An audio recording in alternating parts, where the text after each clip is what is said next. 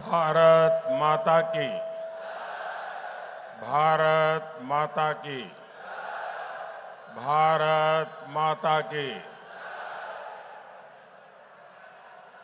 માં અંબાના ચરણોમાં આવીને ગુજરાતની આ પહેલી ચૂંટણી સભા સંબોધન કરવાનો મને સૌભાગ્ય મળ્યું છે. હવે મૂકો ભાઈ, બહુ થઈ ગયું.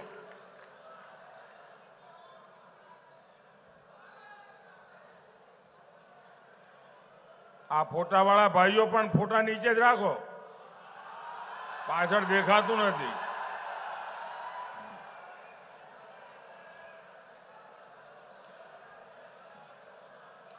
દીકરીને કહો ભાઈ ફોટો નીચે લઈને બેસે શાંતિથી.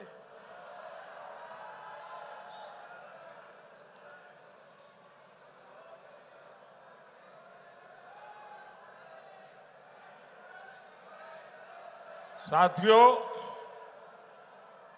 भाई आपने કોને બતાવો છે ફોટો? જોઈ લીધો મેં.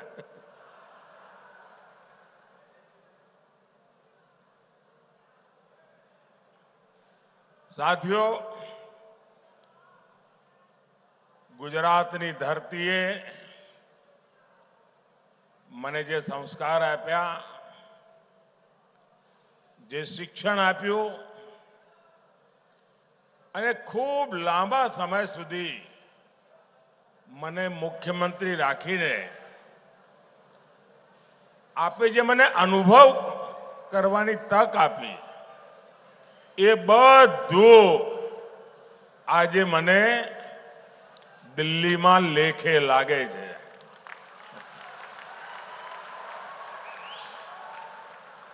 હમણાં સંચાલક બેન કહેતા હતા કે પીએમ સાહેબ, પછી અમારા સીઆર પાટીલ પણ બોલ્યા પીએમ સાહેબ. આ પીએમ બીએમ તો બધા દિલ્હીમાં હોય, તો આપણા નરેન્દ્રભાઈ આવ્યા છીએ.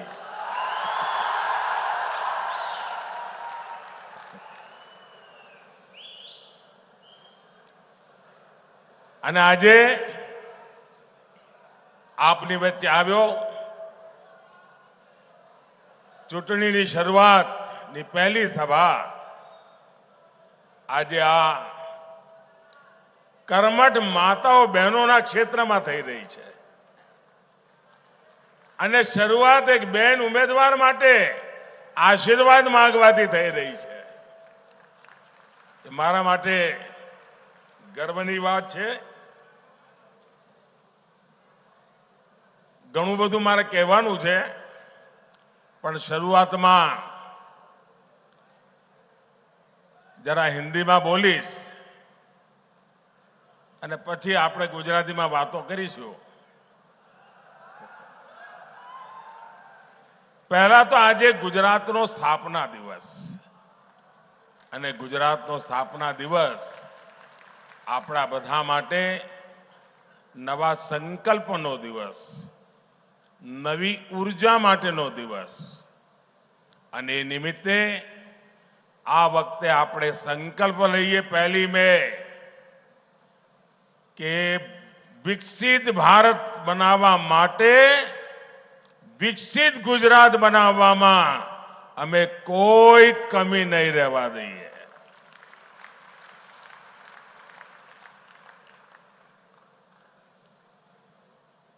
आप सबने मुझे 2014 में दिल्ली में भेज करके देश की सेवा करने का अवसर दिया. और वो दिन याद कीजिए, 2014 के पहले जो सरकार थी, तब देश में चारों तरफ जो खबरें रहती थी, आतंकवाद, घोटाले, चारों तरफ भ्रष्टाचार, सारे नीति निर्णय ठंडे बस्ते में पड़े थे. देश निराशा की गर्त में डूब गया था. देश का नौजवान ये सोच रहा था कि मेरा भविष्य का क्या होगा। और ऐसे विकट कालखंड में आप लोगों ने मुझे देश की सेवा करने का मौका दिया। और जैसा आपने मुझे ट्रेनिंग दी थी, जैसी आपने मुझे शिक्षा दी थी, मैंने मेहनत करने में कोई कमी नहीं रखी। पल पल देशवासियों के नाम, पल पल देश के नाम, आपके नाम।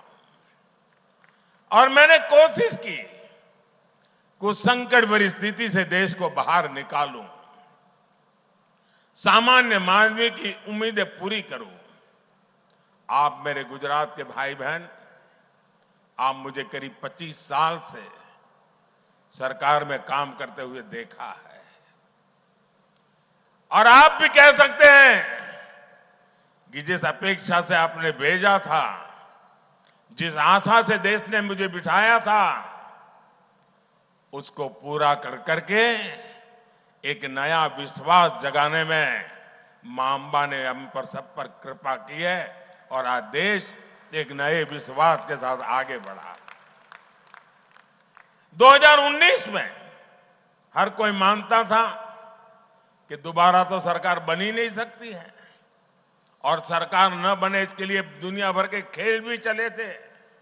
लेकिन 2019 में दोबारा आपने मुझे अवसर दिया, एक मजबूत सरकार का मैंडेट दिया और मैं फिर से एक बार देश की सेवा में खपने लगा।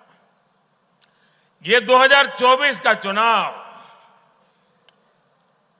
ये 2024 के चुनाव में मेरे 20, 22, 25 साल के अनुभव को लेकर के आया हूं। 10 साल मैंने देश को चलाया है जिस प्रकार से, और देश जो नई ऊंचाई पर पहुंचा है और देश के सामर्थ्य को मैंने भली भांति जाना है, समझा है। उस सामर्थ्य से मैं पुजारी बन गया हूं और देश के उस सामर्थ्य के आधार पर मैं गारंटी लेकर के आया हूं।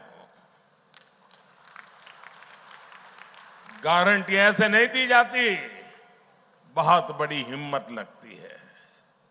लेकिन मेरे पास अनुभव था, देश के सामर्थ्य को जानने पहचानने की शक्ति थी और मेरी गारंटी है, आने वाले मेरे तीसरे टर्म में मैं हिंदुस्तान को दुनिया की तीसरी सबसे बड़ी अर्थव्यवस्था बना के रहूंगा।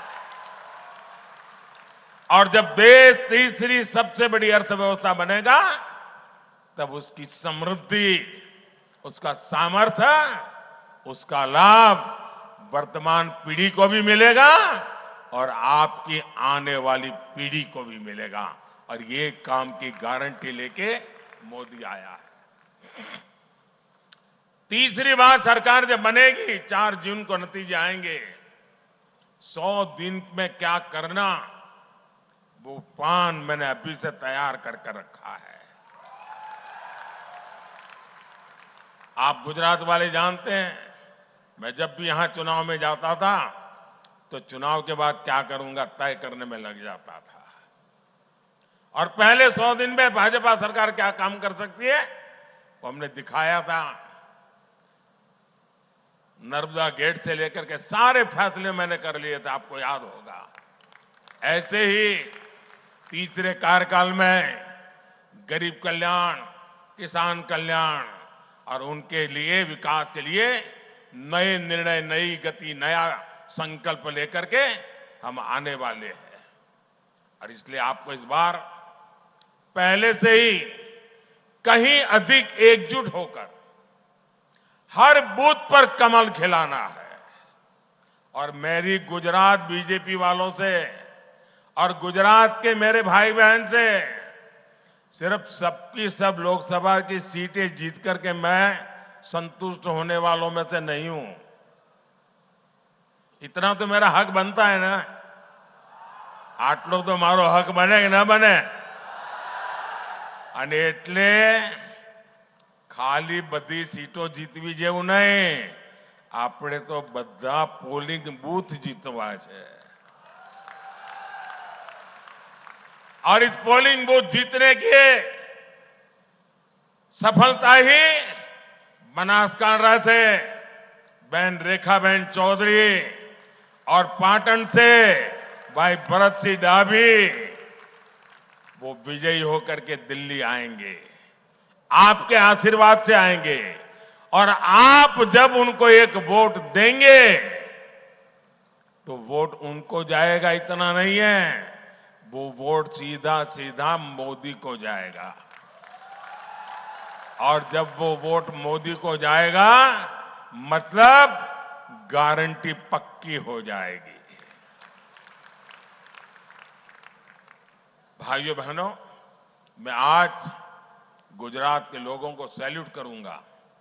उन्होंने अपनी सूझबूझ से यहां कभी भी अस्थिर सरकार नहीं आने दी। आप किसी शॉर्ट टर्म प्रलोभन में नहीं पड़े। देश के कई राज्यों में राजनीतिक अस्थिरता ने उनका बहुत नुकसान किया है। राजनीतिक अस्थिरता ने उद्योगों को नहीं पनपने दिया। राजनीतिक अस्थिरता ने इन राज्यों को बड़े विजन के साथ काम नहीं करने दिया। आपने गुजरात को इन सब से बचा कर रखा है। इसलिए आपने एक बार कांग्रेस को गुजरात से हटाया तो फिर उसको पैर नहीं रखने दिया। साथियों, आज भी कांग्रेस के पास न मुद्दे हैं और न ही कोई विजन है और न ही उनके पास कोई काम करने का जज्बा है। आप याद कीजिए 2014 में जब मैं पहली बार लोकसभा के मैदान में आया तो 2014 में कांग्रेस के मुद्दे क्या थे? तब कांग्रेस ने यही चला, ये चाय वाला क्या करेगा, ये गुज्जू क्या करेगा, ये उसको गुजरात की समझ है, देश की क्या समझ है, ये दाल भात खाओ वाला क्या करेगा, यही चलता था। कांग्रेस की सभा में चाय की कितली लेकर के बेची जाती थी, देखो ये मोदी आया, ये मेरी मजाक उड़ाई जाती थी। लेकिन देश ने उनकी हरकतों को ऐसा जवाब दिया जो कभी 400 सीट लेकर के बैठते थे वो 40 पर आ गए। 2019 में जब दूसरा चुनाव आया उन्होंने कोई सबक नहीं लिया और क्या किया? 2019 के चुनाव में निकल पड़े, चौकीदार चोर है, याद है ना, चिल्लाते थे और कहते थे मोदी खून की दलाली करता है। और राफेल के छोटे छोटे खिलौने बना करके सभी सभाओं में घूमते थे राफेल लेकर के। मंच पर भी इस बार संविधान लेके घूम रहे हैं, उस समय राफेल लेके घूम रहे थे। एचएएल को लेकर के भांति भांति के झूठ फैलाए। जनता ने फिर एक बार उनकी स्थिति ऐसा पैदा कर दी कि वो अधिकृत रूप से विपक्ष भी नहीं बन पाए। इतना हाल उनका खराब कर दिया। साथियों, 2019 के बाद इन्होंने मोदी का अपमान करने का अभियान और तेज कर दिया। कांग्रेस के शहजादे ने गर्व के साथ पूरे मोदी समाज को, पूरे ओबीसी समाज को चोर कह दिया। मोदी क्योंकि गुजरात से है इसलिए पूरे देश में गुजरातियों के विरुद्ध नफरत फैलाने की एक भी मौका नहीं छोड़ा जा रहा है। ये नहीं रुके, इन्होंने मेरे माता पिता पर भी भला बुरा कहने में पीछे नहीं रहे। भाइयों और बहनों, अब 2024 में कांग्रेस और इंडी गठबंधन ऐसा झूठ लेकर के फिर से एक बार मैदान में आए हैं और उनकी जो इकोसिस्टम है वो भी उस झूठ को हवा दे रही है। संविधान दिखाते हैं, आरक्षण ले लेंगे इसका डर दिखाते हैं, पूरी तरह मनगढ़ंत गपबाजी, यही उनका काम है।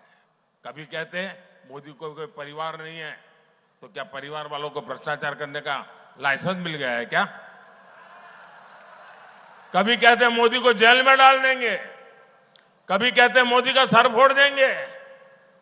ऐसी ऐसी बातें लेकर के वो चुनाव के मैदान में उतरे हैं। और देखिएगा, इस बार भी ये पहले से कम सीटों में सिमट जाएंगे। साथियों, अभी चुनाव के 2 चरण पूरे हुए हैं। पहले चरण में इंडी गठबंधन पस्त पड़ा और दूसरे में ध्वस्त हो गया। यहां पड़ोस में राजस्थान का चुनाव पूरा हो गया है। राजस्थान में उनको 1 सीट मिलने की संभावना नहीं बची, 1 नहीं। ये हाल है इनकी। और इसलिए इंडी गठबंधन बौखलाहट में कुछ भी कर रहा है। ये लोग मोहब्बत की दुकान चलाने के लिए निकले थे, अब मोहब्बत की दुकान में फेक वीडियो का बाजार खोल दिया है। अब चुनाव में उनकी बातें नहीं चलती हैं, तो फर्जी वीडियो बना करके फैला रहे हैं।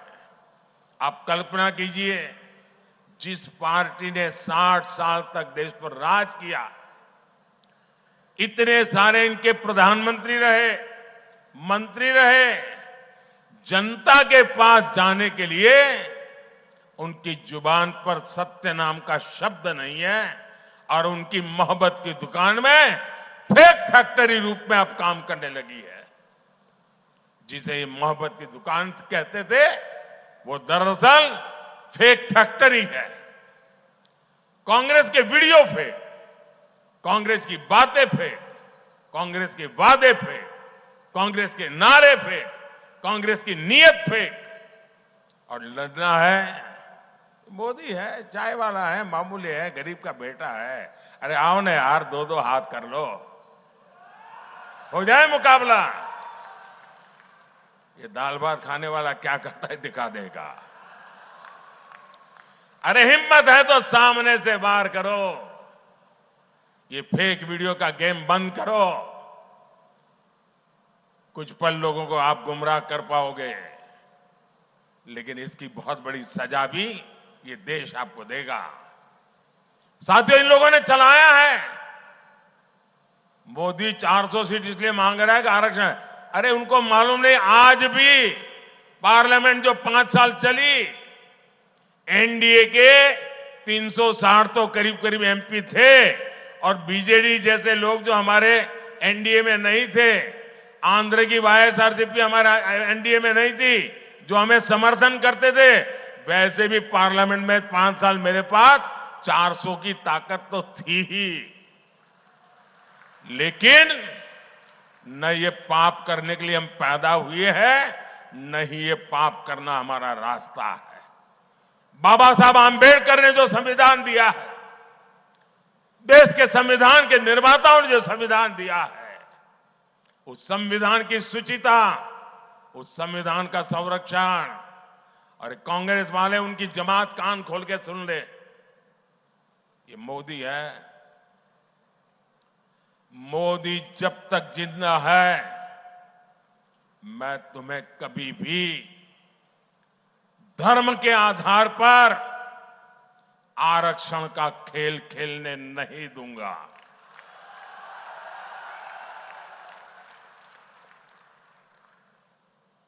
एससी, एसटी, ओबीसी और सामान्य वर्ग के गरीब, उनको जो आरक्षण मिला है, संविधान के तहत मिला है, बाबा साहब आंबेडकर के आशीर्वाद से मिला है, उसमें रत्ती भर भी कोई लूट नहीं सकता है। तुम्हारा जो इरादा है, वो इरादा है कि दलित समाज, आदिवासी समाज, पिछड़े समाज के लोग, सामान्य वर्ग के गरीब लोग, जिनको आरक्षण मिला है, उस आरक्षण में से लूट चलाकर धर्म के आधार पर तुम मुसलमानों को आरक्षण देना चाहते हो।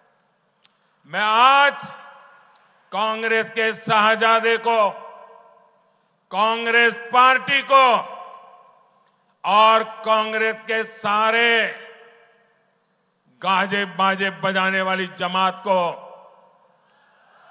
चुनौती देता हूं। मैं उनको चुनौती देता हूं, अगर उनमें हिम्मत है तो घोषणा करें कि वे कभी भी धर्म के आधार पर न आरक्षण का दुरुपयोग करेंगे, न संविधान में खिलवाड़ करेंगे, न ही धर्म के आधार पर किसी को आरक्षण देंगे।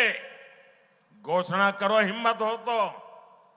नहीं करेंगे, क्योंकि दाल में कुछ काला है। मैं डंके की चोट पर कहता हूं उनको, और मैं दुनिया और देश के सामने रिकॉर्ड पे कह रहा हूं, भारतीय जनता पार्टी को जब तक बीजेपी है, जब तक मोदी है, बाबा साहब आंबेडकर ने, भारत के संविधान ने एससी, एसटी, ओबीसी और सामान्य वर्ग के लोगों को जो आरक्षण दिया है, उसकी पूरी रक्षा की जाएगी। उस पर कोई कभी चोट नहीं आने दी जाएगी। और जो लोग धर्म के आरक्षण नाम पर देना चाहते हैं, वो घोषित करें, क्योंकि उन्होंने आंध्र में प्रयोग कर चुके हैं, वे कर्नाटका में प्रयोग कर रहे हैं। वोट बैंक के लिए दलितों का आरक्षण छीनना चाहते हैं, वोट बैंक के लिए आदिवासियों का आरक्षण छीनना चाहते हैं, वोट बैंक के लिए ओबीसी का आरक्षण छीनना चाहते हैं। कर्नाटका में उन्होंने क्या किया? रातों रात सभी ओबीसी समाज को उन्होंने, मुसलमानों को ओबीसी घोषित कर दिया, और ओबीसी को जो आरक्षण मिलता था, रातों रात डाका डाल करके उसका एक हिस्सा लूट गए। क्या ये देश में चलेगा? क्या चलेगा? क्या ये चलने दूं क्या मैं? और इसीलिए आज झूठ फैलाने में लगे हैं, गुमराह करने में लगे हैं। और इंडी गठबंधन को मेरी ये चुनौती है कि घोषित करे कि वो गारंटी दे, देश को लिखित में दे, क्योंकि उन पे भरोसा नहीं कर सकते, कि वो धर्म के आधार पर आरक्षण नहीं देंगे।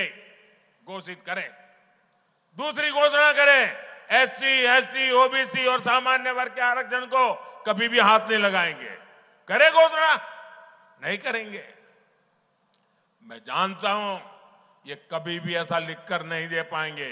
और देखना आप, मीडिया का उनकी जो जमात है ना, जो उनके गाजे बाजे बजाते हैं, वो मेरी इस चैलेंज को ही दबा देंगे, क्योंकि उनकी रक्षा में लगे हैं। પણ ભાઈઓ, તમે ગુજરાતીઓએ મને મોટો કર્યો છે, તમે ચિંતા કરો. હા,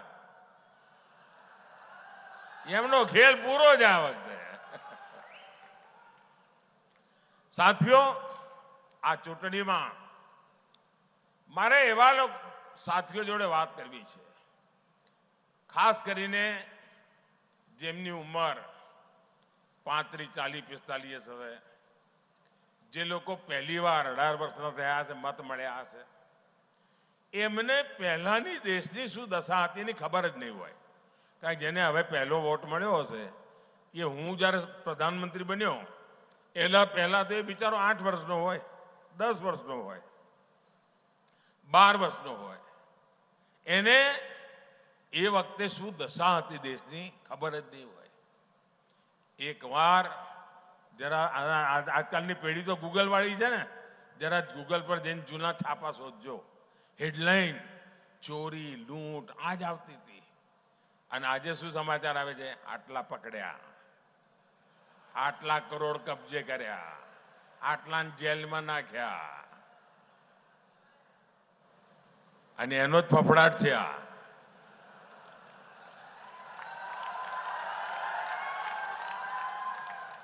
તમે મને કહો ભાઈ, આ દેશના લોકોની કાળી મજૂરી કરીને જે ટેક્સ આપ્યો હોય એને હું લૂંટવા દઉં? લૂંટવા દેવાય? અને આ લૂંટારાઓને ઠીક કરવા જોઈએ કે ના કરવા જોઈએ? હવે હું એક કામ કરું છું, મારા વાળ ખેંચે છે.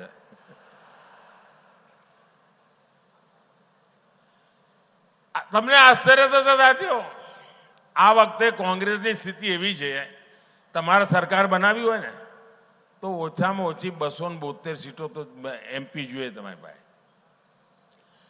અમારી સિવાય, ભાજપ સિવાય આ દેશમાં એક પણ પોલિટિકલ પાર્ટી, કોંગ્રેસ પણ 272 લડાવતા જ નથી. બોલો, એટલે તમે 272 લડાવતા નથી અને કહો અમે સરકાર બનાવીશું.